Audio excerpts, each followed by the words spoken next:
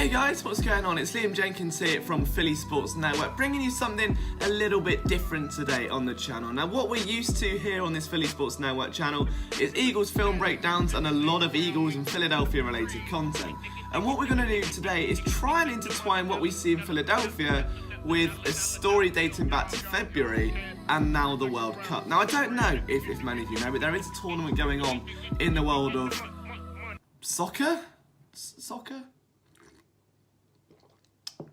Football at the moment, called the World Cup, where, you know, all the countries come together, 32 countries in fact, a process of elimination. Long story short, one lifts a big trophy, everyone's happy, except the fans of the 31 teams that don't. But for the first time, England, the country where I live, actually in the World Cup semi-finals. The first time in 28 years they're in the semi-final. They haven't won the World Cup since 1966. So the country is jubilated right now. Everyone is losing their minds. They're jumping on buses and cars and off of buses and cars.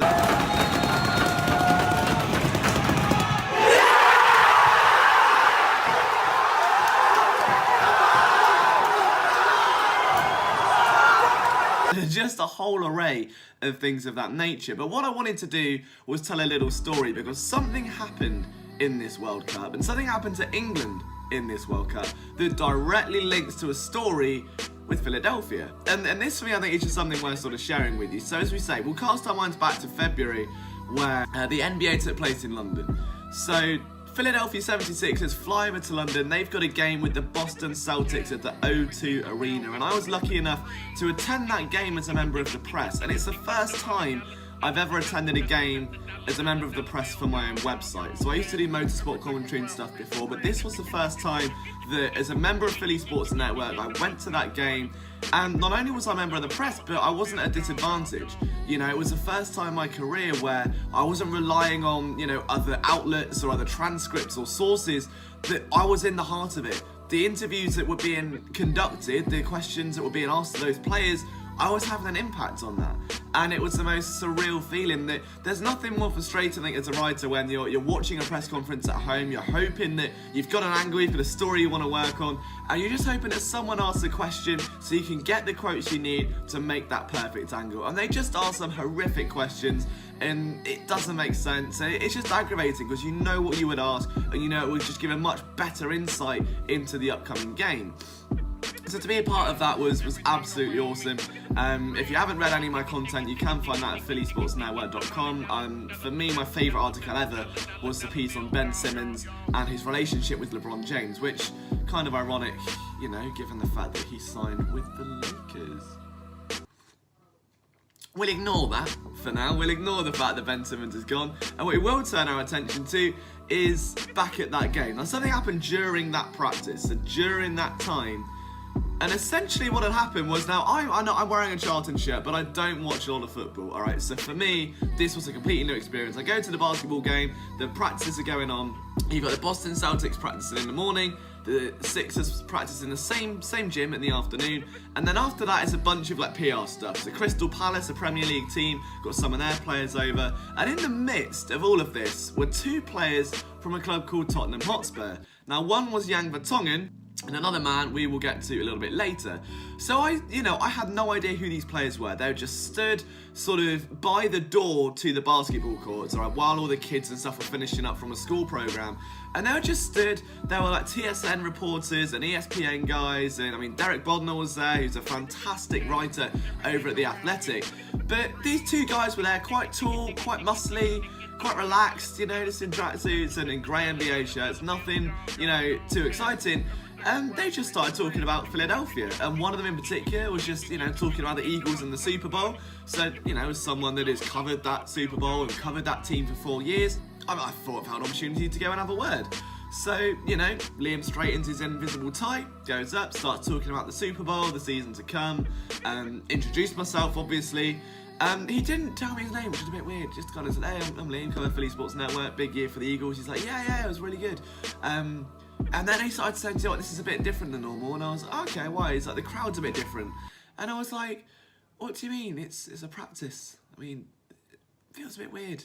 Maybe, I don't know, maybe he's in a band. Maybe he's in some, I don't know, like Norwegian rock band, or maybe not. Anyway, so we started talking about the Sixers and Joel Embiid and the process and how that's going to be fun, and it legit just felt like a normal conversation with anyone on the street. Like, I was just there having a chat about the Eagles in the Super Bowl, Carson Wentz. I mentioned Sam Bradford. I had to get his name in there, so one on sleeves. Yeah, just like Ben Simmons, and what does this ceiling have for the Sixers? Are they going to win against the Celtics? Gordon Hayward? Oh, he was so knowledgeable on Philadelphia sports. It was incredible. After this little chat where the other guy, Jan Vertonghen, who was stood next to him, he just seemed like a bit bored. I don't think he was a big fan of Philadelphia sports. So those guys went onto the court, they just walked through, when all the kids and the Crystal Palace players come out, they walked on, and I went upstairs to go and type up my article. So I had like a bunch of interviews saved on my phone. I spoke to Trevor Brooker and Kyrie Irving. I wanted to get some big pieces out, and Brad Stevens as well. We'll get to that in another video.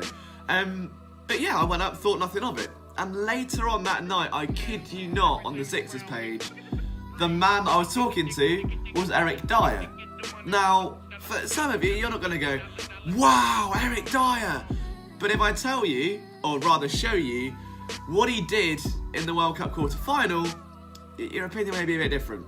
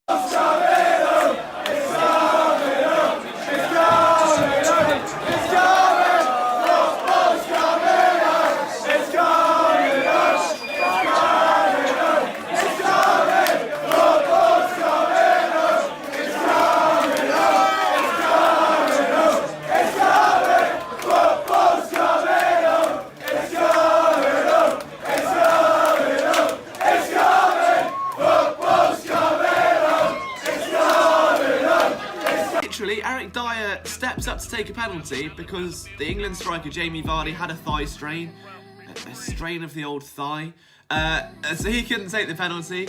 Dyer goes up, smashes it in, and sends England through to the quarter-final.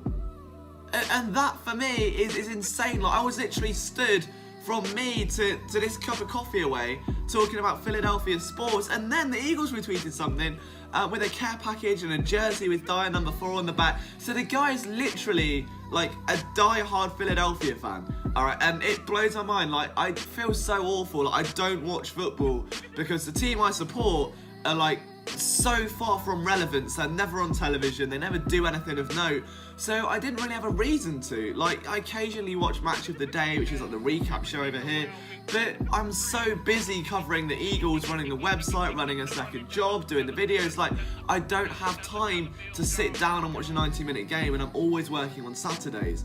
So I didn't know who he was. I had no idea. And then he just goes and puts England through to the quarterfinals. So literally the most astonishing sort of turn of events possible. And I know this is a bit of a different video, but football's coming home, ladies and gentlemen. And I did just want to take a moment to share that story with you. Because if you're English and watching this, I've met Eric Dyer.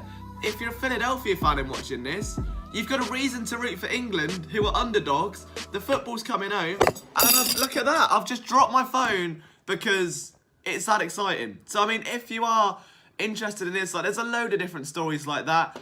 Most of them, you know, have a bit more dignity on my half. But if you want to know more, if you want to see this sort of thing or vlogs or anything like that in the future, please leave a like. It's something a bit different. But I thought I'd share this with you. So don't forget, there is a link to Patreon in the description below if you do want to help support this channel and just donate a little bit every month. If not, totally cool, just hit that subscribe button. We're nearly at 2,000 now, we're like 20 on subscribers away, so if you could please hit that button, let's get to 2,000, and make sure we get there by the time it's coming home. There are more Eagles film rooms and big podcast stuff on the way soon, so don't sleep on that. My name's been Liam Jenkins, you've been watching Philly Sports Network, we'll see you again soon.